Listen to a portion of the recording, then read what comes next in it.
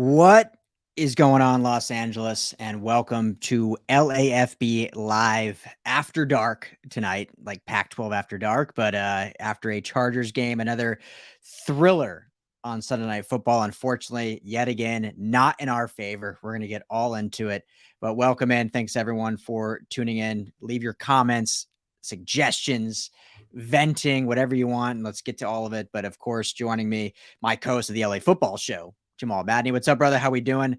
Wild game. Your thoughts? Wild game, Ryan, and great to be doing this with you after the game. Dyrud after dark, as we like to say at the LA Football Network. What a classic, Ryan. It seems like Mahomes and Herbert just play these classics. They're always one score games, and feels like whoever has the ball last with enough time usually comes out on top. I thought overall the Chargers maybe have played their best game of the season. I know we talked about the last time against the Chiefs that was the case. Mm-hmm.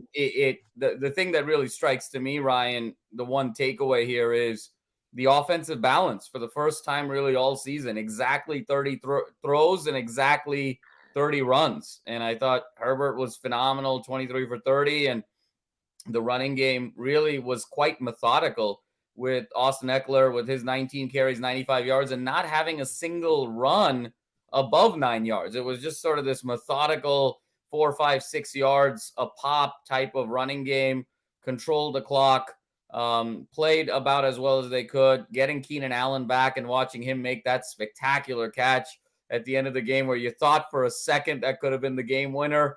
But lots to be, I think, excited about moving forward, Ryan, once the disappointment and the sting of this loss gets out. I know you and I anticipated being 5-5 to a certain extent, but setting this up now for the last 7 games, I think if the Chargers can go 5-2 these next 7 games, they'll be in the playoffs and right where they're supposed to be. So even though it's a loss, even though it's a stinger, I think there's so much to be excited about with the return of Keenan Allen, the way Sebastian Joseph Day played, the way this defense competed. I think Joshua Palmer was the star of the game. So Yeah. lots of different dimensions to be excited about moving forward. Yeah. I love the positive approach because I know obviously after a loss, it's all about negativity for most and what went wrong, second half, not a lot of points again. Fire this person, fire that person. Do they care? But yeah, I mean, you're playing the standard, right? The Chiefs are the standard. I don't care what anyone says about the Bills right now. The Bills obviously are a very talented team in the AFC, and the Dolphins have been kind of this surprise of this team. But the Chiefs are the standard in the AFC, and the Chargers yet again came oh so close to knocking them off. And we'll get into it and why and what. But I think you have to at least step back for a second, look at the positives, like you said, and there were a lot of positives of this game. I thought the play calling was a lot better. I thought the like you said, the execution was better, the balance was better. Defensively, there was some consistency throughout the game. Yes, some lapses here and there, unfortunately, and obviously they could not slow down Kelsey when needed. But overall, I think, I hate saying moral victories because it's not a real thing. But when you look at this team as battered as they've been, and they get Keenan back, they get Mike Williams back, first time in weeks, I mean, first time in months for Keenan, and it showed what they were able to do on offense having those guys. Now, Mike Williams, after his one catch, leaves the game and is out for the rest of the game. So obviously, immediately they lose someone yet again and have to kind of shift focus and change the game plan a little bit because you're missing now that piece that was all week being planned on.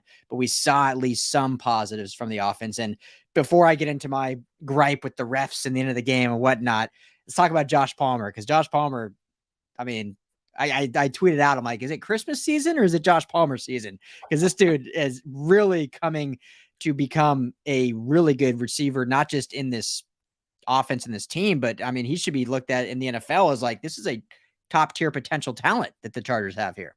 No, Ryan, no question about it. I mean, the 8 for 106, the 2 touchdowns, he had the big 50-yard play to start the game, and then that incredible 29-yard catch to set up the last touchdown of the first half for the Chargers to get them to 17-13 up.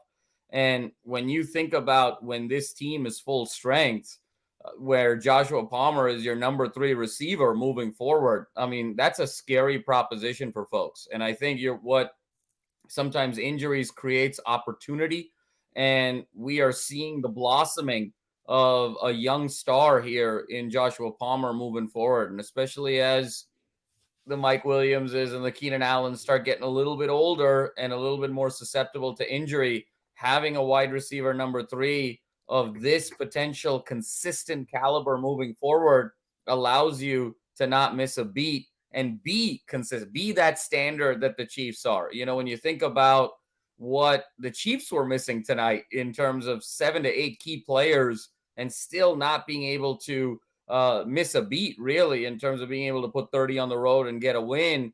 I think that's the barometer that the Chargers are aspiring towards. And these are the individual building blocks that help you get there. And Ryan, I know people are going to be steaming about that middle portion of the game, going from up 20 to 13 at the half, having 2 cracks at it at the start of that second half to get it to 2 possessions, extend that lead. I think that allowed the Chiefs to get back in the game. But look, at the end of the day, Patrick Mahomes is the best player in football. He's the MVP of the league. The Chiefs have been the gold standard of the NFL the last 5 years. Travis Kelce is the best tight end in the league, and Andy Reid is the best offensive mind in the league. So sometimes, you have to sort of understand who you're playing.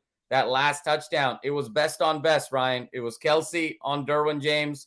Derwin James just got beat, and we'll talk about what led to that play, of course. But sometimes you just have to tip your cap and say, we're good. And the other guys just across the sideline may just be a little bit better. And you get back into the shop and you say, how can you continue to narrow that gap? And the Chargers over the last 15 to 18 months have really started narrowing that gap significantly to the point where the Chiefs have to give it their all in all of these games to just eke out victories. It's disappointing, of course, but the Chargers are the best 5-5 team in the NFL. And I think I'm as excited about their potential to make the playoffs and be a force in that first round against whoever they play. Yeah, well, I think judging by what you're saying, and we said this last week, but me and you both are probably in agreement that we feel better today after 2 back-to-back losses than we did after a couple of the wins early in the year, because we now kind of see the identity of this team. We see the growth. And yes, unfortunately, that hasn't resulted in 2 wins against really good teams, but at least we've seen some progress, which I think that will pay dividends down the line. And Chargers fans, I want you to remember one thing. Being here in LA, the Rams last year lost both their regular season matchups to the Niners. I mean, they've lost like their matchups to the Niners the last like 6 seasons in the regular season, but they beat them in the playoffs when it counted. So hang your hat on that. Maybe the Chargers third time's the charm will come this round in the playoffs, and we'll see. But I want to address this comment here that I have had up here for a while from SoCal Slime. Thanks for the comment here, but great handle. Regardless, getting swept by KC in an all-in year is a bad look for the front office. So Jamal, I'll let you answer first. Do you think? I mean, obviously, no losses are a good look. We're not trying to field dress a pig here or anything like that. But do you think this is a bad look, or is it more of just kind of what's transpired through the season, the injuries, and then just facing a Chiefs team that is just still maybe a little better? Ryan, it's a great question. And SoCal Slime, thanks for the comment. Really poignant there.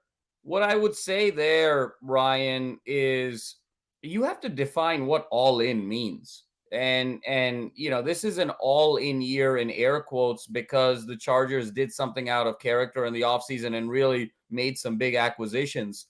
But the fact that they have been so banged up this year and haven't been able to put this collection of talent on the field together really makes the sense that this is all or nothing. That's a hard place to sort of conclude right now, given all of the injuries, A, and B, let's not forget this team didn't make the playoffs last year. So it's hard to sort of go from that to go from missing the playoffs to saying we're all in, it's championship or bust. That is a huge jump.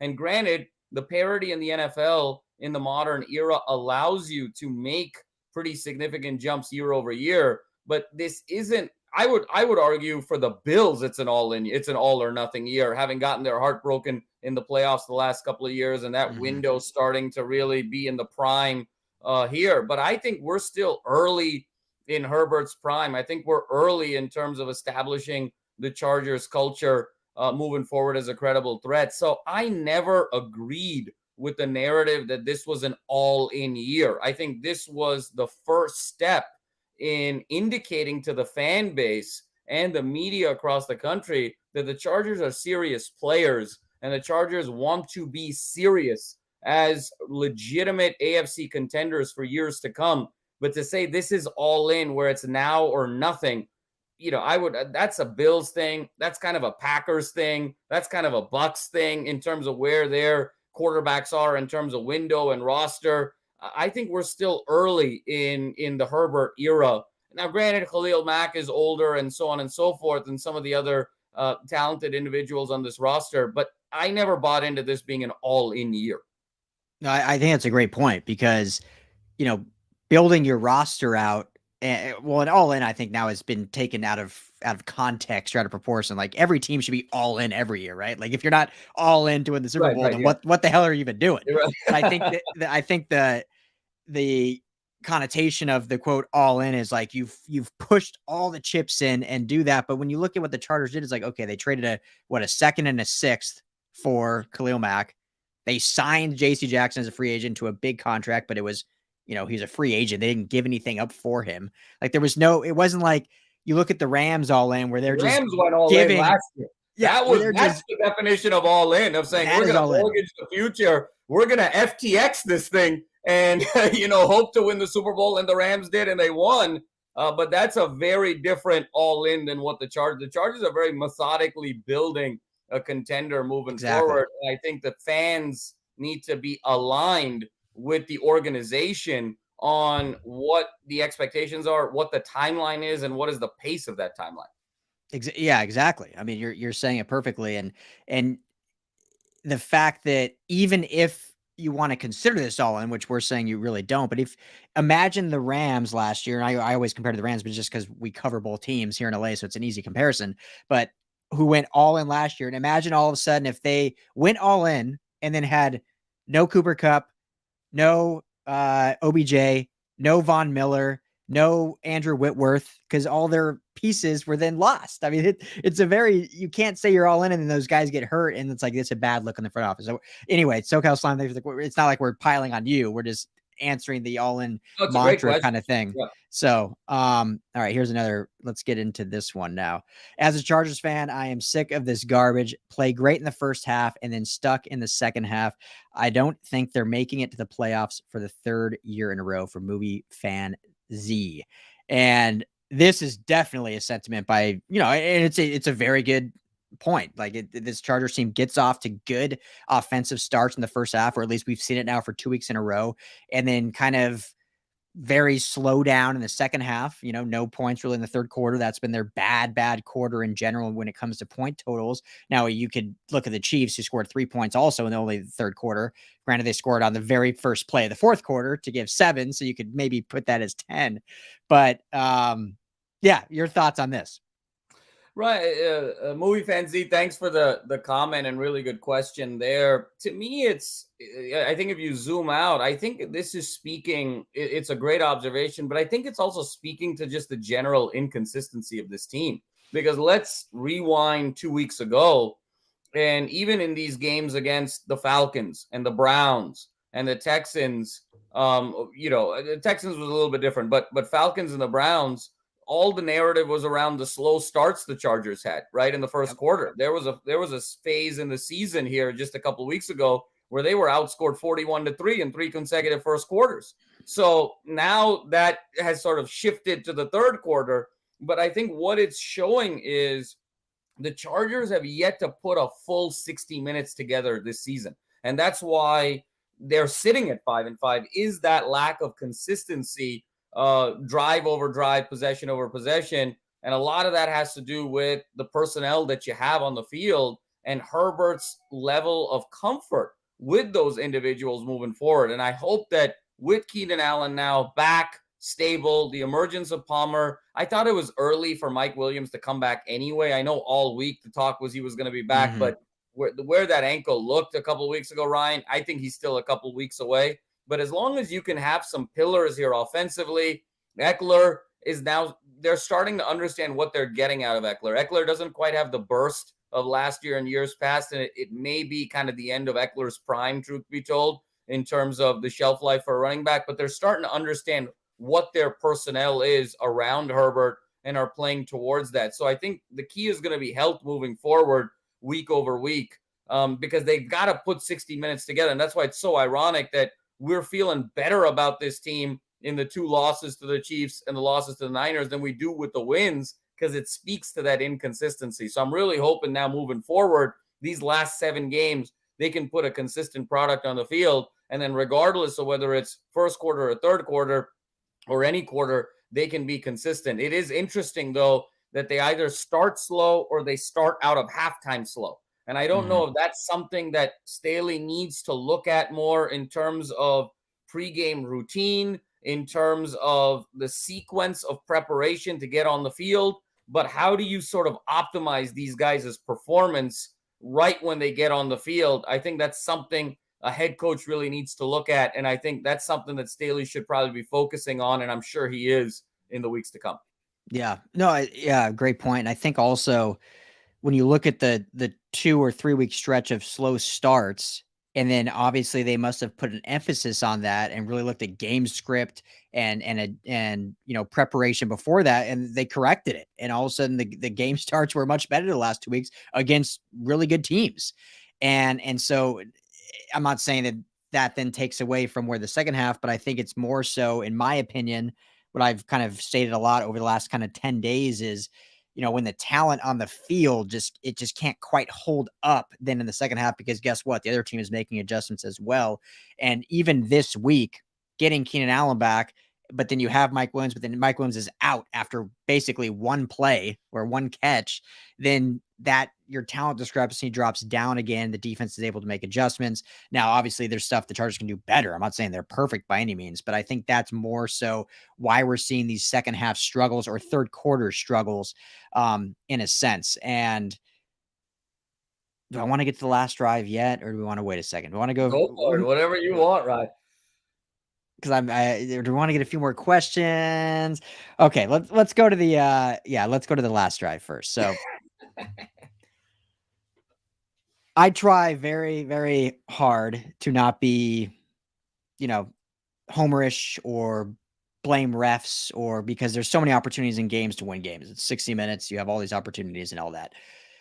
But it's funny because Jamal, I'm in a dynasty fantasy league, and none of them are Chargers fans. None of them are Chiefs fans. They're just, I think there's like Steelers fans, Bronco fans, all these random fans in there. All of a sudden, when the Chargers scored that touchdown and there's 2 minutes left in the game, like 7 messages from the group come in, like, well, we all know the Chiefs are winning this because the NFL won't let the Chiefs not win this game. Like, it was just known by them.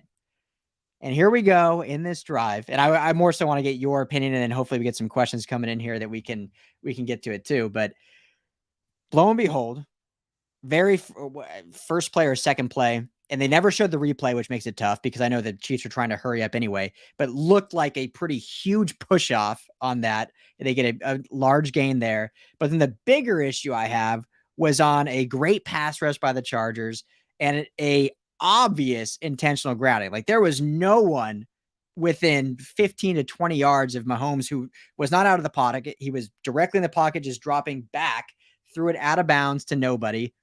No call at all. And then, of course, after that, then they drive down, and the Chargers had their opportunities to stop. So I get that. I'm not going to be that naive to know that they had their opportunity still. They couldn't stop Kelsey and whatever, but especially that intentional grounding call, it would have been a loss of down. So then would have been a 4th down play. Granted, I'll say it again. Chargers did not stop the Chiefs all night on 3rd and long. So who says they would have stopped them on 4th and long? But it changes the game a little bit. I mean, it's a big deal when you get those no calls.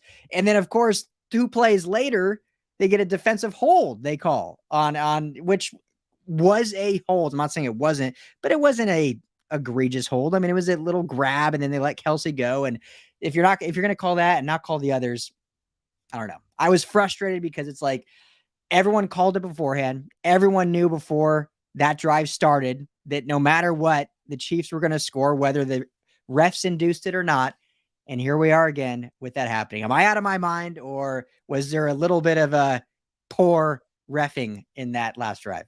No, Ryan, I don't think you are out of your mind at all. And I think, I'm fascinated by the evolution of the sport because it really feels like we're at that place where Mahomes has taken the torch from Brady as being the face of the NFL. And all of Mm-hmm. the complaints for 15 or 20 years that we hear about Brady week over week, season over season, he gets every call, everything goes his way, the league is set up for him, is now transferred onto Mahomes. And so I don't think that's a coincidence by any stretch of the imagination. I think he is the new face of the league, and everyone expects him to kind of be the next threat to the GOAT throne.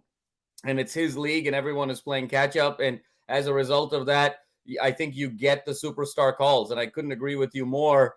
I think both of those calls, it was hard to see on the telecast, but the fact that the Chiefs receiver was so open, and was it Scantling, I think, was the one who was the guy who caught the ball, was so open, it looked very suspicious. And then, yeah, the rollout, he was still inside that right hash mark. And I think maybe Derwin James dove for the ball on the sideline. It almost gave the illusion that people were closer than they should have been. So I completely agree with you. I think he got a superstar call, much like the NBA superstars, the LeBrons of the world and the KDs of the world get their calls and so forth. This is it's a superstar driven, sport and culture that we have. And I think it makes it all the more reason for why the Chargers probably needed to have a little bit more cushion going into the fourth quarter, because I think the age old saying is you don't want to put it in the ref's hands when you've Mm-hmm. got one of these Brady's or Mahomes or these iconic players, because the good fortune seems to find their way both on and off the field. Yeah.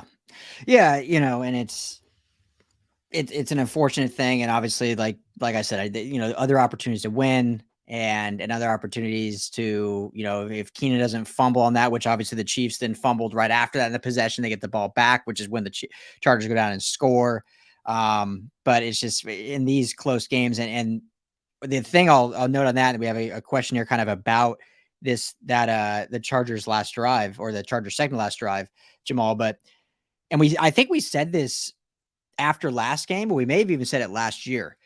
But I've watched a lot. We watch a lot of football. We both do. We try to obviously watch a lot of Chiefs games too, because they are the standard and obviously in the same division as the Chargers. But it seems like every time these two teams play, and it comes down to the last possession almost always, the amount of emotion and like fired up that the Chiefs is so much higher in these games than other games they play. And I think I'm probably reading into it too much, but I'm trying to find positives. I think that shows how good this Chargers team, and it shows how much maybe the Chiefs and Chargers rivalry is so good.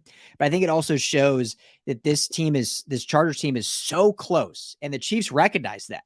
And knowing that they've been up against the ropes every time they play this team and are able to come back, give credit to them. And yes, the Chargers need to improve on that. But I think it shows the Chiefs know this is a team that we will probably see in the playoffs for many, many years to come, and are a team that we have to reckon with. And the fact that we can get over that hump, that's why they're beating their chest so loud. That's why Travis Kelce is, shouting into the crowd and doing all these things. And Mahomes is saying, like, this is my house and that. Because you see that when other quarterbacks play their rivals and their hated foes and their confidants they go up against here in and here out. And the Chiefs seem to only do that, at least that I see, against the Chargers. No, Ryan, I think that's spot on. A couple things there. One is this dynamic, from an LA perspective, it reminds me a lot of the Lakers Kings of the early 2000s, the Shaq Kobe Lakers, and then the Kings coming up every year and closing that gap until it just became this fierce rivalry, because you could tell the Lakers had started to deeply respect the Kings as a threat to their run. And this has a very similar feel, where you've got kind of the champions and I know they're not the defending champions, but the standard. And here come the Chargers closing that gap and making that happen. So I don't think you're reading into it too much at all, Ryan. I think this is what I think even the Chiefs are hoping this is a rivalry for years to come to keep them on their toes, to keep them really maximizing their abilities because they don't want to get complacent. Because God bless the AFC West. Where else is it going to come from? It's not going to come from David Carr and the Raiders. It's not going to come from Russell Wilson and the Broncos right now. So it's got to be the Chargers, I think, for the Chiefs as well, for this rivalry to be an element that pushes Mahomes year over year, where he's got one eye on Herbert and pushes Kelsey year over year because he's got an eye on what they're building. And so I'm very excited to see where this goes, and I'm hoping it's going to happen. The Chargers are eventually going to clip this team at least once to really turn it into a rivalry where it can go back and forth. Yeah, I totally agree. So here's a good question from Marcus Blancaflorius, if I'm saying that right. Anyone else think they scored too early and should have ran the clock down more? This is referring obviously to the Chargers last drive when they get down in the red zone right around the 2-minute mark and kind of score on that, beautiful play to Josh Palmer in the end zone. And, I'll start and toss it over to Jamal. I mean, it's always such an interesting thought, and it's always, hypothetical, and, it's looking back on the moment. What you risk in so say they had Jamal, first and goal from like the 7, I think it was first and goal from the 4. Yeah, somewhere right around there. So you risk, you say, okay, well, let's run to be safe. And if we get in, great. If not, we can start chewing clock. But then what if you run, get stopped, chew some clock, great. Run again, get stopped. And then you decide, okay, well, now we got to throw incomplete. Then it's 4th down. You kick the field goal, tie game. You end up going to overtime. Then you lose in overtime. You look like the buffoon that is like you wasted that first and goal from the 4 to play for a field goal, quote unquote. I totally get the mindset. I totally get the thought process. And I'm sure that went into Staley and Joe Lombardi's thought process as well. But I think you always are thinking to score. Like that is first and foremost. Like, yes, if you can chew clock, great. But the priority is getting the touchdown to take the lead. It's not, yes, we compare football a lot, Jamal, to a chess game, which it is. But when you're in that exact moment, you have to play chess, but you also have to play checkers at the same time. And you can't have that defining moment if you don't have the defining moment, and you end up just wasting it. And it's all hearsay. Your thoughts on that, though? Yeah, no, Marcus, it's a great question because I think if we look at the sequence, right, it was 2 minutes, first and goal at the 4. Herbert makes the throw. It gets deflected at the line. He catches his own throw and slides at the 6. And then Andy Reid calls a timeout. So it was Andy Reid started calling timeouts to preserve time. So if you sort of dial that back and say, okay, Herbert doesn't throw on first and goal from the 4 with 2 minutes, and the Chargers just run the ball, I think Andy Reid would have called timeout anyway. Now, what you do is maybe you make the Chiefs burn 2 of their timeouts, but they're going to have the same amount of time. But if you look at the Chiefs drive, they only used 1 timeout en route to scoring. So even if whether they had 1 timeouts or 3 timeouts, in the end, it was immaterial because they only used the 1 and they would have still had 2 in their back pocket. So I think that I don't think there was really an opportunity to score any later because Reid was calling his timeouts and knew that, hey, even if I can get this ball back with 1.5 minutes and 1 to no timeouts, I got the best player in football. I'm feeling pretty good. So I think the Chargers did the best that they could there. I think the Chargers were actually fortunate on that first play that it wasn't picked off at the line. I think that was the good fortune there. But I don't think anything play calling wise would have been able to change it because Andy Reid was playing 1 possession ahead already and starting to use his timeouts. Yeah, exactly. So, yeah, it's a hard situation because it's always the conversation anyway with any great quarterback on their side. Like, oh, did you leave him too much time?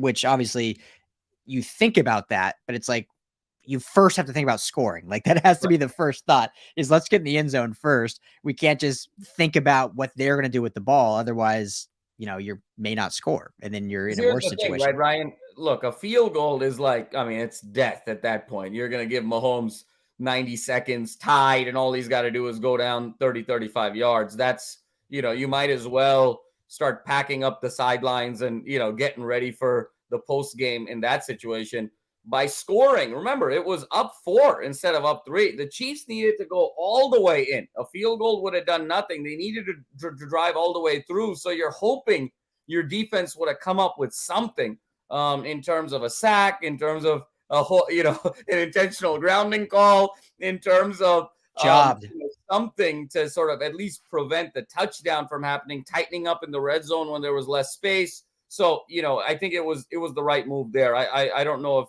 the Staley and Lombardi could have done anything differently in that situation.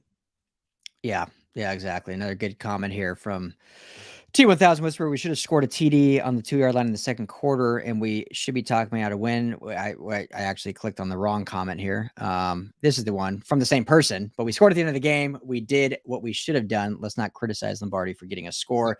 Wasn't like there was 3 minutes left. So you're not wrong with your other comment, T1000 Whisper, but this is what I want to talk about. We can wrap up here soon, Jamal, but thank you everyone for this is great, all the interaction and hanging out. But end of the game, now we've seen it twice now, and I'm not saying Herbert, but this is a good question here, and this guy's had a few questions. Herbert in clutch situations is an INT right now, not hating on him, but the pressure gets to him in those moments. So we've seen now back-to-back weeks where minimal time on the clock, 31 seconds in this game. I think last game was right around 31 seconds also against the Niners, if I'm not mistaken, almost the same time. But both games were a field goal to tie or win, essentially, or get them back in it. And both games ended in an interception. Both games also resulted in a lot of pressure in Herbert's face. Against the Niners, pressure actually hit his arm, which caused the interception. This one caused him to roll out to the left and obviously throw it into double coverage and deflected pass interception. So we're not quite at that point yet in the Justin Herbert maturation, as great as he is, but B, in all of what I've defended Joe Lombardi, which I truly believe, but whether it's the play calling or just that's when you truly see the offensive line injuries rear their head because the defense is just, they're going full bore, pin their ears back to rush the quarterback, which we've seen now both back-to-back weeks getting the pressure. But we haven't seen that moment like the Patrick Mahomes when, hey, all he needs is 13 seconds to get 40 yards to line up for a field goal. We haven't seen the Josh Allen moment when, hey, he just needs 17 seconds, the Brady moment, give him 20 seconds and he can get down there. Matthew Stafford even has done that in minimal time. We haven't quite seen that yet from Justin Herbert. Is that a Herbert thing? Is that an offensive line thing? Is that a play calling thing? Your thoughts, Jamal? Yeah, Ryan. I mean, I think it's a great question, Rashawn. Really spot on. And you go back last week, right? He had Palmer wide open and he missed him, at their own 10 there. And then that ultimately led to the interception. I think we're at the point where the final step of the Herbert evolution is having total command of the field and having total command of his personnel and being able to manipulate what he's seeing and just being a conductor out there. When you think of the Bradys and the Mahomeses and the Rodgers, you think of this conductor. Justin Herbert still at the point in his career, in my opinion, is someone who plays great but isn't yet a great player. He's got all the tools to do great things, but he's not a great player yet in terms of that command. It's that last step in the evolution of superstardom. He'll undoubtedly get there. He's just not quite there yet. I think he has a tendency to panic a little bit when something bad happens. It's been hard for him to sort of reset and say, 2nd and 17, fine. 3rd and 16, fine. Let me get back into my rhythm. He has a tendency to then say, oh, things are going south. Let me just rely on my arm and chuck it up. It worked with Keenan Allen on that 3rd and 18. Didn't work here. And I think that Lombardi I'm not a Lombardi hater by any stretch of the imagination. I'm much more down the road, middle of the road with Lombardi than most fans. I don't think Lombardi did him any favors on that first play when they basically set up that quarterback draw. It got sniffed out. I mean, you're 31 seconds, all 3 timeouts. You got to push the ball down the field. I mean, what are you expecting you're going to get on that run? I mean, even if the middle of the field is wide open, at the most, he's going to get 13 yards 12, 13 yards, and then, he's going to start his slide about 12 yards in. You're going to burn a timeout. You got to be able to push the ball down the field. I think Herbert really panicked after that first play because it ended up being a loss of 6. They had to burn a timeout. Now you're at your 19-yard line with 25 seconds to go and behind the chains. And so I think it really discombobulated him. He went back. Obviously, the pressure was tough all night. He was sacked 4 times. Offensive line really struggled with that Kansas City pass rush, rolls to his left and kind of throws it up. So I think in this particular play, to be honest with you, I think it's a little bit all of the above. I think Herbert needs one more step. I don't think he got any favors on that first play to put him in a tough spot. And I think the offensive line had a bit of a struggle tonight. Yeah. Yeah. No, I totally agree. The offensive line, I think we finally saw those. We could say injuries, but they were outside of Rashawn Slater. They were healthier tonight. But and the Chiefs always get good pass rush. I think that's their defenses aren't like top-notch units in the NFL. Right. They're never like top 5 in any category, but they are a fairly good pass rushing unit under Steve Spagnuolo, and they dial up some good blitz packages, and they seem to always kind of get after Justin Herbert especially, and they always do in that last possession. So I totally agree with you. I think that the play call could have been a little better at the end there, and I think Justin Herbert just hasn't quite gotten to that spot yet where it's not that he's not good enough to do it, has a talent. It's just that calm, preserved mentality. When you see Mahomes, as frustrating as when you see him in that moment, it's just like it's another drive. It's like that moment we talked about in draft day, with Joe Montana and in the huddle. And it's like, is that John Candy? Like that's what Mahomes seems like when he's out there in those moments. And Herbert doesn't seem like he's stressed by any means. Like he's a calm demeanor guy regardless, but we don't see it necessarily in the play because he's almost like forcing things like, okay, I got to force the issue here. And soon, you don't hopefully fear him we'll yet, get there. Ryan. If you switch it and you gave Mahomes 31 seconds at his own 25 with 3 timeouts, I mean, you're crapping bricks. I mean, and you're shivering, and that's the case with Brady. That was the case with Rodgers. You fear them because it comes from that command, and you're like, well, any situation, these guys, they have the talent, they have the poise, but they also have the intelligence and the leadership. They have it all to be able to dissect a defense and make it happen. You don't fear Herbert in those situations in the same way yet because he's still a little bit robotic. It's all very much based on his arm. He doesn't quite have the command yet that comes from the poise and the feel. And that comes from experience. And he'll certainly get there. He's got too much talent not to, but not quite there yet. Why do you think, okay, and we'll wrap up here soon, but so when we talk about the greats, right? No one really ever talks about their coaches. Like when you talk about Brady and Belichick were mentioned together, but Belichick was a defensive guy. He was just his head coach that, helped roster construct a little bit. When you talk about the Joe Montanas and the John Elways and these comeback kids, it's the quarterback. Why is it then when these moments, it's not really, and that's kind of why we're talking about this, it's never really on Justin Herbert. It's on the coaching. Like it's all on Staley and Lombardi that they're not putting him in the right situation or the play calling wasn't right. And we just talked about the play calling could have been better on that first play. Of course, absolutely it could have. That's what we're here to break down. But why is it that and we love Justin Herbert, absolutely, but somehow there's never like an accountability for Herbert. It's all on coaching, that we're wasting Herbert's talent when in reality, the greats seize the moment. It's not about the coach. It's about the quarterback. What's going on here?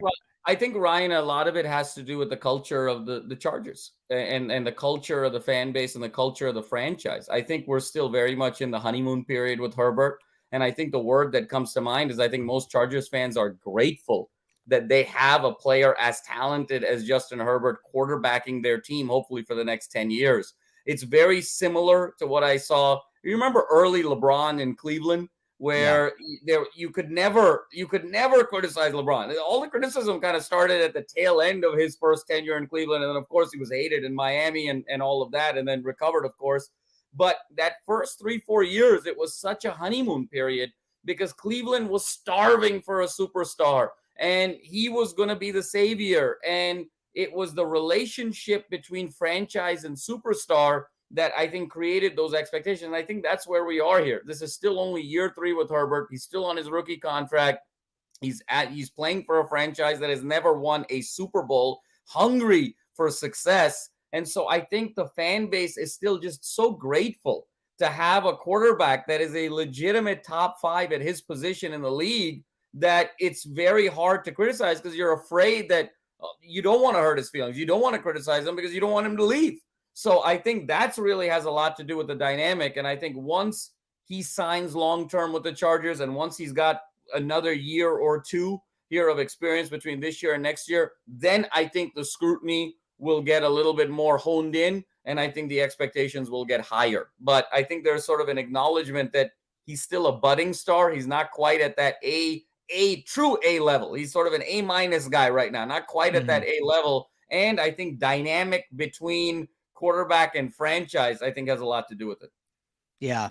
Yeah, no, totally. And I saw this, Jamal, even back when Phillip Rivers was still the quarterback. It was like he was untouchable. It was the organization's fault. They were failing him, which to an extent, I'm not saying they didn't. Like, you never had a great offensive line. Like, I get that, but it's just funny to me that of all franchises and all these teams, Chargers quarterbacks are the ones that don't touch the quarterback. It's all everyone else's fault. Right, it's hard. It's hard to accept, right? It's human nature. We got another team in LA that's going through the same thing right now. The UCLA Bruins last night in that Victory Bell game, and it's all about now. It's about Chip and his philosophy and Martin Jarman and all of this stuff. Look, at the end of the day, it's much easier to talk about those things because you still feel like there are solutions out there to get your team to the level you want to get to. The hardest thing for a fan is to accept we just got beat by somebody better. Because if they're better and they bring their A game, you have no shot. And last night, UCLA just lost. DTR just lost to a guy who was better. And Justin Herbert tonight just lost to a guy who was better. And that's what's so hard to accept, because when you have that talent discrepancy, the only way you can beat someone who's better is if they drop a level. But if they keep the level that they're supposed to be at, you can't win. And that's so hard to accept, because then what are you going to talk about? How can you control the situation? How can you manipulate the situation? How can you will the situation? How can you put emotion into it to try and get the win? It's very disarming. It's disempowering from a fan perspective, from an analyst perspective. But the reality is, if you really just look at the eye test, he just lost to a guy that was a little bit better. Yeah. Yeah. And when you have the refs on your side, that helps too, right? Like this comment here. Yeah. Cheating refs. So, but all right. Well, we can wrap up with that. This has been great. I love everyone that's been in here, and thank you for all the comments. We have a bunch in here that we get to. I'm trying to see if there's any we want to throw on here, any questions right before we end here. All right, some disparaging comments on Staley. We can move on from that. Yeah, no, I think we're good. So thank you all. Again, bigger picture, Ryan, I'll say before I leave. Look, the last 2 weeks, and I know it's sometimes a loaded statement. You could very easily argue today, when you look at the state of the NFC and what happened to the Vikings against the Cowboys, good Lord, in that situation, and the Eagles coming off a loss, you could very easily make the argument that Chiefs-Niners could be a Super Bowl preview. I mean, in terms of the talent that the Niners have, they should be able to put something together that makes a deep run. They just have too much talent. Otherwise, you really have to wonder what Kyle Shanahan is doing. And then the Chiefs are the gold standard. And to walk the back-to-back against arguably the NFC favorite and the AFC favorite, lose 2 games by combined 9 points, both games having the ball at the end with an opportunity to tie and win it, 1 game without wide receiver number 1, 1 game without wide receiver number 2. I know it's 5-5. I know it's frustrating. I know it's moral victories, but you gotta feel like the Chargers are close. What they've done now is they've eliminated their margin for error at 5-5. They're not going to win this division.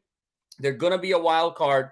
But if they go 5-2 these next 7 games and build on what they've built over the last 2 weeks, they're going to go into the playoffs 10-7 with having gone through so much adversity this year and be so battle tested and ready for a playoff run. And that's what these great teams that make these playoff runs in January are battle tested over the course of the season. So I know it's bleak right now, but if you zoom back This team is very close. Now they got to put it together. There's no more excuses. They go lay an egg, at Arizona next week.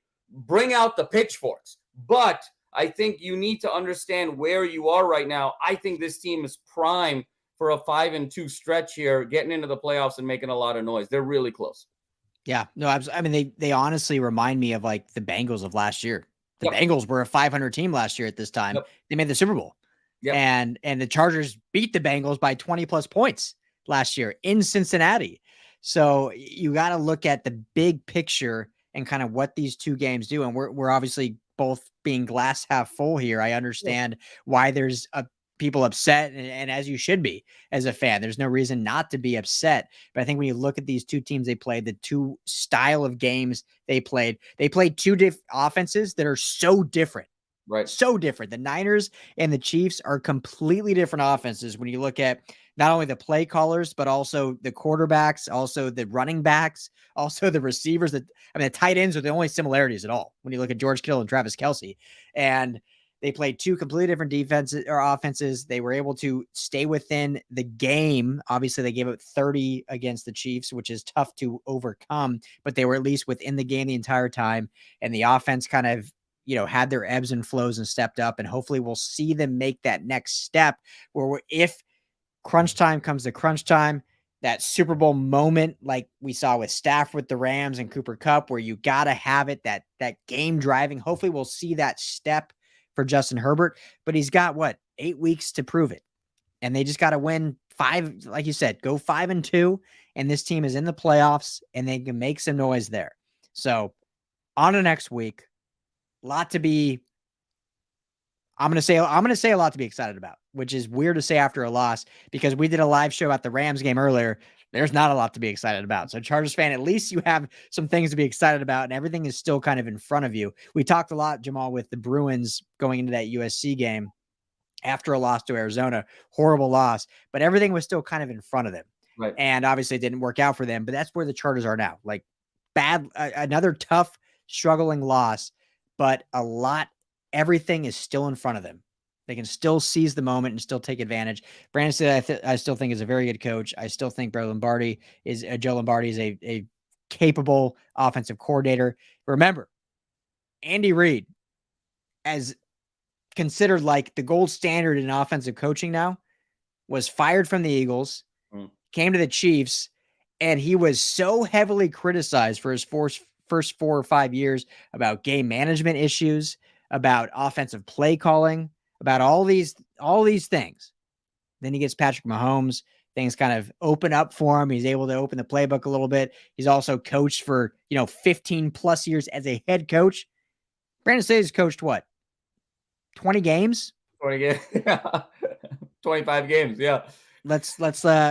We're in a good spot still. We're in a good spot still, Chargers fans. So any last thoughts, Jamal, before we close this thing out? No, Ryan, I think, excited to see how this team kind of responds. And I think one key point also where I think the injuries, especially on the defensive line, played a big role that's kind of getting lost. Everyone's looking at that Kelce Derwin James play for the touchdown. Look at that play before where Mahomes scrambled for 18 yards to set that up. Sebastian Joseph Day, who had an amazing game, asked to be taken out of the game, that play and the play before, because he was gassed because of how thin they were on the defensive line. So, the injuries pop up in terms of the domino effect everywhere. And so the fact that they were so close and they competed so hard, given how decimated they are, honestly, there's a lot to be excited about moving forward. Try and get a good night's rest, Chargers fans, and have some perspective Monday morning. There's still a lot to play for. Yeah. And Kenneth Murray gets banged up, goes out. Nasir Adderley gets banged up, goes out. Obviously, we talked about Mike Williams. That's got to end with this. My boy Talon Graff. I haven't. Here's a funny thing, my guy. I actually signed up for a gym membership about a month and a half ago. I have yet to go, but apparently mentally it's working. So mentally, you're looking. I don't know if it's the wardrobe or what, Ryan, but you're looking ripped right now. It's like we put up our Christmas tree tonight. So I guess me like hanging ornaments or something was like a workout, and putting the tinsel up. So maybe that was it. But All right. Well, hey, this was fun. Thank you all so much for jumping in here, tuning in. Make sure to check out the LA Football Network. We got all your coverage of the Chargers, Rams, Trojans, Bruins all year long. We got Chargers Unleashed is our main Chargers pod on here. Jamal and I do the LA Football Show, which covers all 4 teams. So make sure to check those out. Thank you all so much, Jamal. Pleasure as always, man. Thanks for jumping on with me. And hopefully better days for the Chargers leading down the stretch. Absolutely.